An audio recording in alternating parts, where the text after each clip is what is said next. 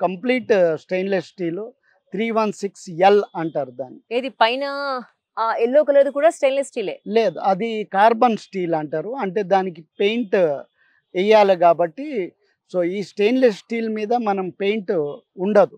So, ఇది complete mirror finish. And unique ఏంటంటే ఇక్కడ ఎక్కడ గూడా మీరు అతుకులుండయి.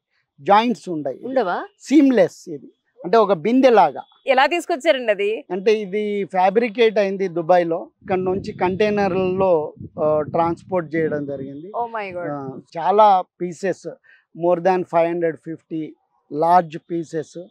ఆ పీసెస్ అన్నీ కూడా ఇక్కడికొచ్చి మళ్ళీ జాయింట్ చేసి ఇదొక, అంటే మన ఇండియన్ ఆర్కిటెక్చరల్ దీంట్లో ఈ రకమైనటువంటి టెక్నాలజీ ప్రయోగించింది ఇదే మొట్టమొదటి బిల్డింగ్. అండ్ ఇలాంటి స్టీల్ స్ట్రక్చర్ అనేది, సో, మన ఇంత పెద్దది అతుకులు లేనటువంటిది, అది వరల్డ్‌లోనే లార్జెస్ట్ ఓహ్! స్టీల్ స్ట్రక్చర్స్ ఉన్నాయి. ఇప్పుడు దుబాయ్‌లో ఫ్యూచర్ మ్యూజియం ఉంటుంది.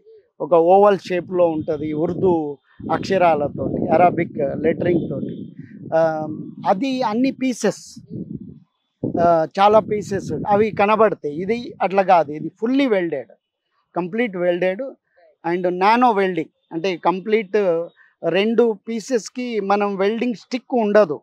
2 షీట్లని ఆటోమేటిక్ మెల్ట్ అయ్యి జాయింట్ అయిపోతాయి, కలిసిపోతాయి. ఓకే. ఓకే. అంటే మైక్రో మిల్లీమీటర్ ప్రిసిషన్ వర్క్ ఇది.